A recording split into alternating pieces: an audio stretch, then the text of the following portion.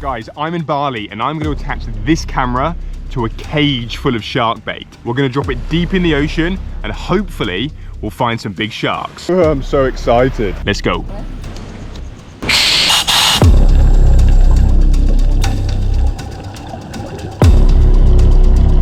The issue at the moment is I've got absolutely no idea where to drop this thing. It doesn't really matter as long as we find the camera.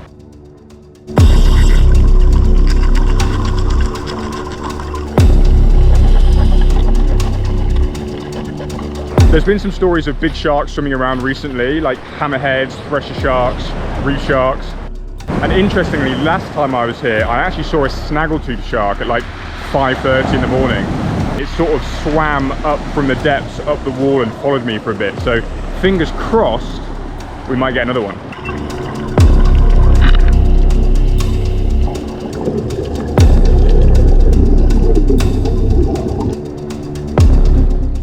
Guys, that was literally the worst visibility I've ever had on a dive. You could probably see like 50 centimeters in front of you.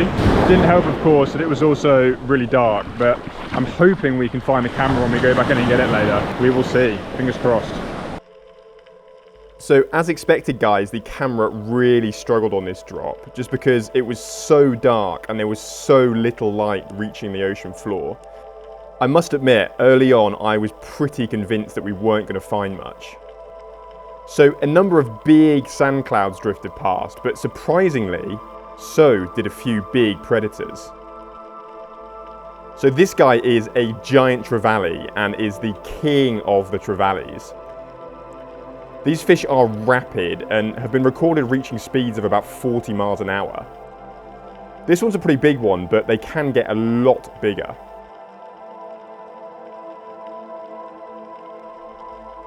So when watching this back, I occasionally saw like a dark shadow moving past in the distance, but the water was so murky, I was pretty sure it wasn't going to reveal itself. But then, this massive cloud of sand drifted past, and in it was something rather special. So I nearly missed this the first time, but if you look closely, you can actually see two white tips drifting across the sand.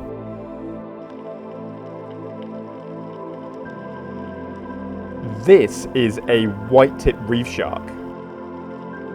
The white-tips typically hunt at night, so I think we were quite lucky to get this one on film, and often during the day they're seen sat on the sand or under ledges and not really doing much. We also recorded some really interesting behaviour from this white-tip. You can see here how he seems to rub his side on the bottom. I'm not entirely sure why he did this, but it was probably to remove parasites or get rid of a remora or something that might have been bothering it.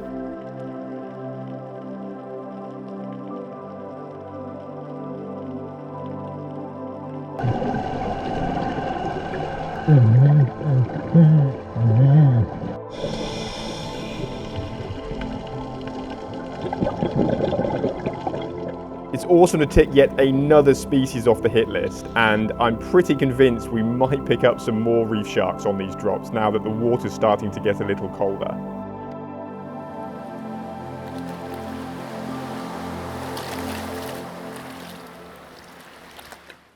I have already checked out the footage from a drop that we did last night, and luckily we were treated to yet another new species on the hit list. And what makes this even better is this species put on a real show for us and came super close to the camera. There was actually a fairly big barrel sponge plonked straight in the middle of the sand that was a perfect reference point, on the basis that when we went back in to find it, we just had to look for the barrel sponge and it would be easy to find.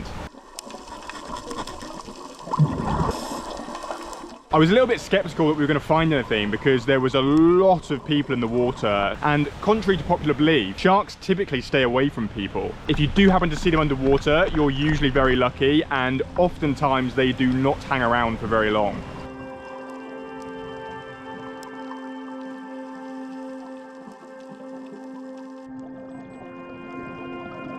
So the end of this dive was absolutely stunning. The sunlight was coming through the surface layers and creating this fantastic light show in the shallows. We also managed to find one of my favourite little critters. This guy is a ribbon eel. They're often found in these little holes, but sometimes if you're super lucky, you can find them out swimming.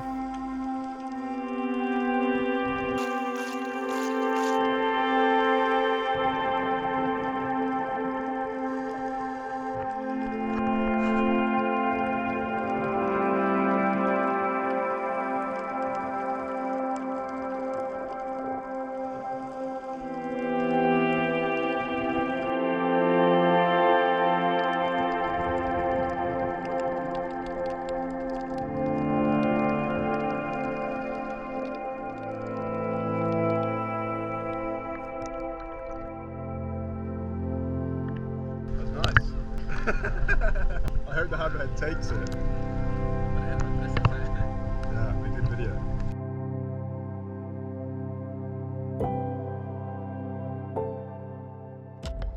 So, it's happened again.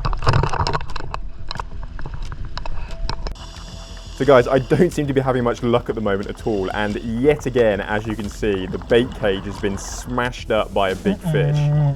Now, I'm pretty sure I know what's done this, but as ever, I'm always hopeful it's a big old shark. So let's check out the footage.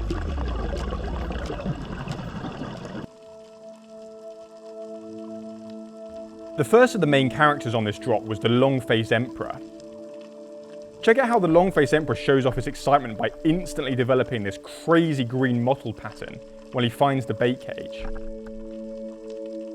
He was also accompanied by a small orange-lined triggerfish. Although this trigger did a good job of pulling a few scraps of fish through the bait cage, he definitely isn't the one responsible for the damage. Another interesting fish also came to check out the bait cage. This is a white-edged lyre-tail, a species of grouper that can be easily identified by his white-edged half-moon shaped tail fin.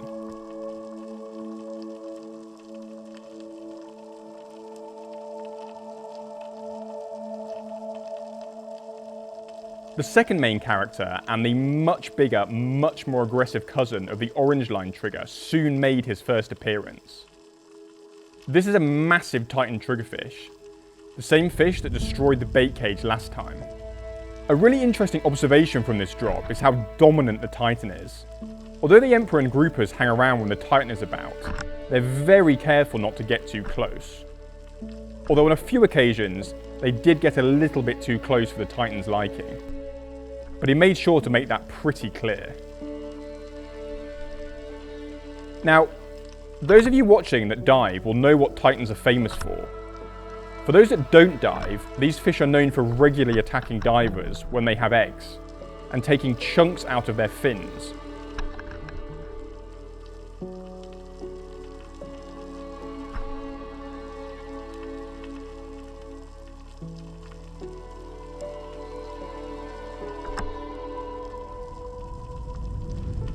This one's doing a pretty good job of showing how powerful his jaws are, by crunching through the plastic bait cage like it's paper. The dominance of the Titan is most obvious though, when he disappears. As soon as he swam off, the other fish were straight on the bait, and the long-faced emperor did a great job of using his, well, super long face to dig out a snack or two. There were a couple of other common species that also came over to check out the camera, including this small-toothed emperor and a few bluefin trevally.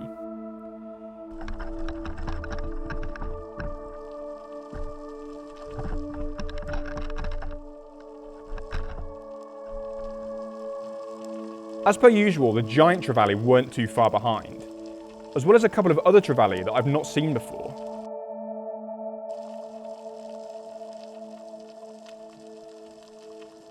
We also recorded a couple of other triggerfish, including this big yellow margin trigger. Interestingly, these guys are just as aggressive as the Titans, and my only experience of being chased by a trigger underwater involved one of these fish. This curious little trigger also showed an interest, although bizarrely, he seemed much more interested in the camera than the bait. As per usual, the red snapper was also keen to not miss out on the action, and can definitely give the Titan a run for his money. Once he got his confidence up, he too made the most out of the hole the Titan had made for him in the bait cage, and managed to pull a few big pieces out.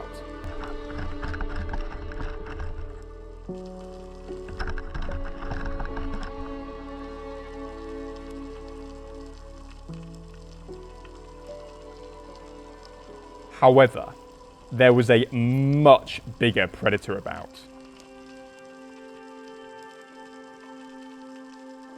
This is a blacktip reef shark. And there was more than one.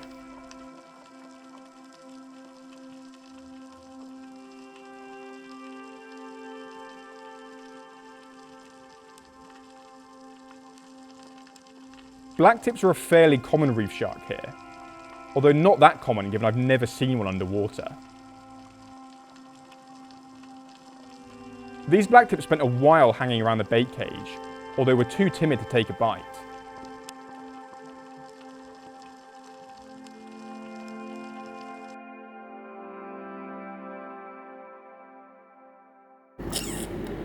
And perfect. Right guys, so it's super late, but I've got to get up early, probably like 5 o'clock to drop another camera, and at the moment, this bait cage has got a big old hole in it. So I've got to try and find a way of fixing it. What do we think, guys? It's an absolute mess, but I think it's going to do. Ah, that stinks. Stinks. Right, time for bed.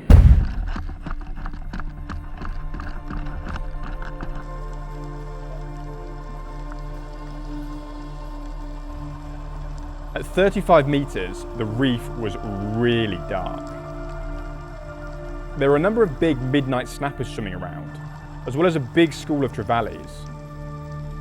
I've not seen these trevallies before, and I'm not entirely sure what they are.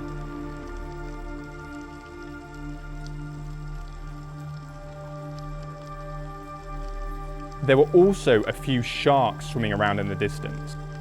Given the way they're swimming and the white streak you can make out on their bellies, I'm fairly sure these are blacktip reef sharks, but they could also be whitetips or grey reefs. So when I first started out with this series, there were a few species of sharks that I really wanted to find, and one of them was this crazy rare species of shark that isn't really supposed to be in these waters. Now, little did I know when I dropped the camera this morning that actually there was one swimming around. And not only did we get it on film, but this is perhaps the best clip of a shark I have ever recorded on one of these beta cameras. Check this out.